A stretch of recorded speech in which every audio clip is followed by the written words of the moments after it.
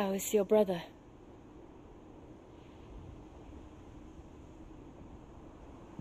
Asleep since I returned from the Dominion. Taya says he should be back on his feet soon enough. For a while, at least. She discovered something on his chest. A swelling, circled in stone. The curse.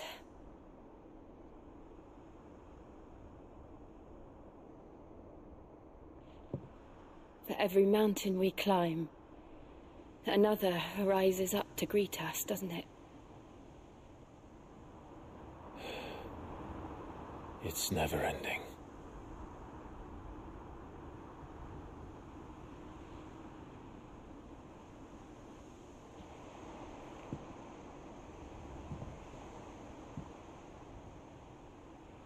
Even the sky seems to have grown tired of it all.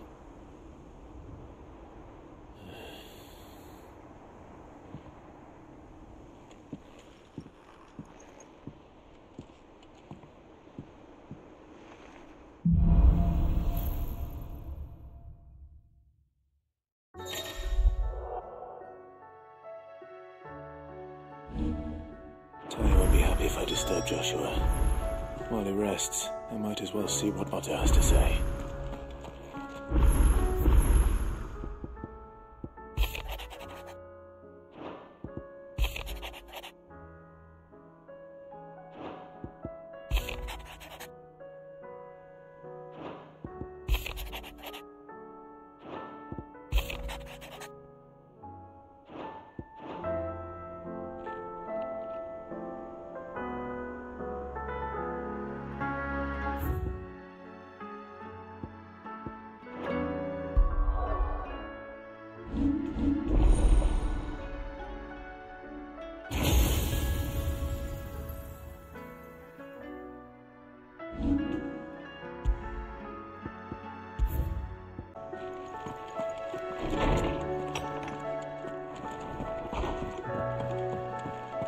Did you see the pair that got hauled into tires?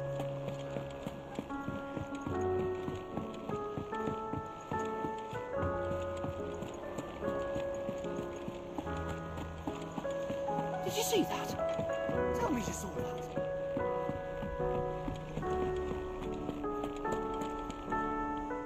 Otto, how fares the realm? The realm? Oh, she's just fine. As long as you look past the fact storms out mother crystals and her skies are a roiling cesspit. And Gav? He's with your uncle in the Free Cities, helping Mid with her project. Sent an owl their way the moment the winds turned foul. Still waiting on a reply, though. Do you have any good news? Well, that depends on your definition of good. All right, fine. What do you suggest we do? Oh, no, I'm just the messenger. I leave the scheming to those more suited to the task. Could be that Lady Vivian and Old Tomes have their own thoughts on the current state of things. Could be that they don't. It certainly can't hurt to ask. I suppose not.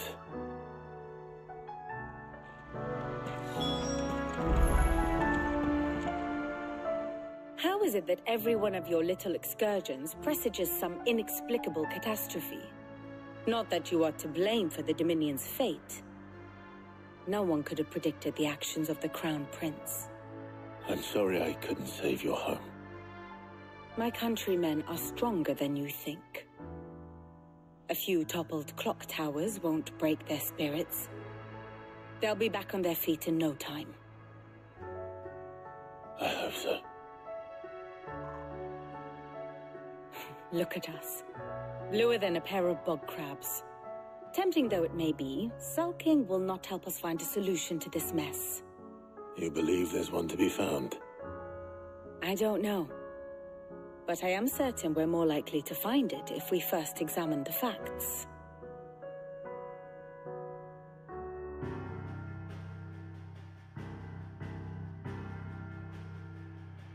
Beneath these darkened skies, Fear and confusion reign over Valisthea. Oh, the lands around the fallen Mother Crystals had already begun to wilt for want of ether. But not like this. Crystals that filled wells and fueled furnaces, now nothing but pretty shards of rock. And those that hang from the people's necks cast nary a glimmer of light to keep the dark at bay. It is only a matter of time before the common folk convince themselves that the end of days is upon us. Yet I fear a swift end is more than we can hope for. While most of the world thirsts for ether, the remainder drowns in it, spawning Akashic in droves. And amidst the hordes of mindless beasts, with magics as like to fail as function, even the strongest nation would falter. Rosaria and the Iron Kingdom teeter on the brink of collapse, while the tragedy in Twinside has all but paralyzed the Holy Empire. Dhalmekia fares little better. Rumor has it the ministers fled the capital after the fall of Drake's Fang, leaving their beloved republic to crumble. Waloed, meanwhile, moves in earnest. The Einherjar has been sighted off storm. The world, in short, is in chaos. It would seem our civilization was nothing but a castle of sand, to be washed away at the whim of the waves.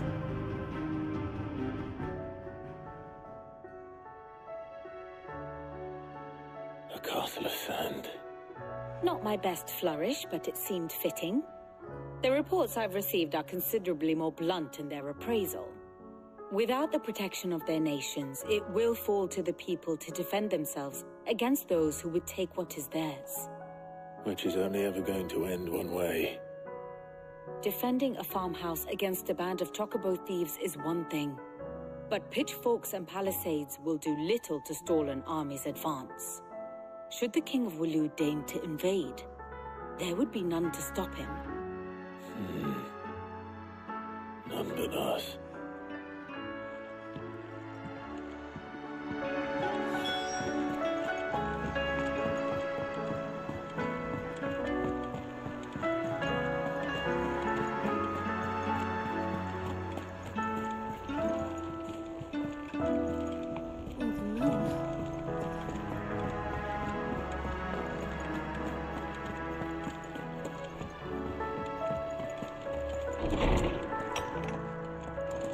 Is a storm coming, Sid? Let me guess. You're here about the skies. Is there anything you don't know, Lawsman? It doesn't take a court astrologer to augur the obvious. As for what has disturbed the heavens, that, I believe, is a question the Fallen might be better placed to answer than I. And on the 6th day did the gods tear the sun from the firmament, visiting darkness upon their prideful sons and daughters. But I dare say you remember your childhood lessons on the sins of Zemeckis only too well. You think they're connected? That Ultima was one of the gods responsible? Well, he has certainly exhibited powers that we mortals would associate with the divine. There is nothing divine about him. But he wouldn't be the first god of whom that could be said, now would he? Yet for all the fairy tales that tell of the sins, there is almost nothing in the way of actual historical accounts. Had I the Journal of Moss the Chronicler, I may have been able to tell you more, but alas, I fear all remaining copies have been lost to time. You will forgive me, I hope? Certainly not. Because there is nothing to forgive. Even without this journal, you've provided us ample wisdom. And we will always be grateful for it. Perhaps Otto will be more inclined to share his thoughts when he hears what the others had to say. Knowledge hoarded is knowledge lost.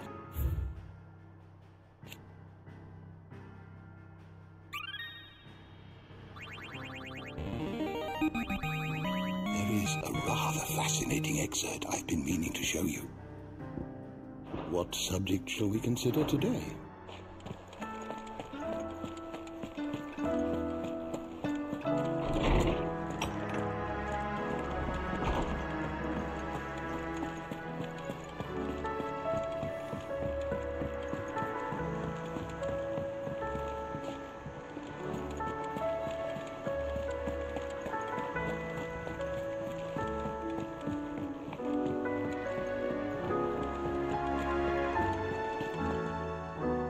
Clive, we have a problem.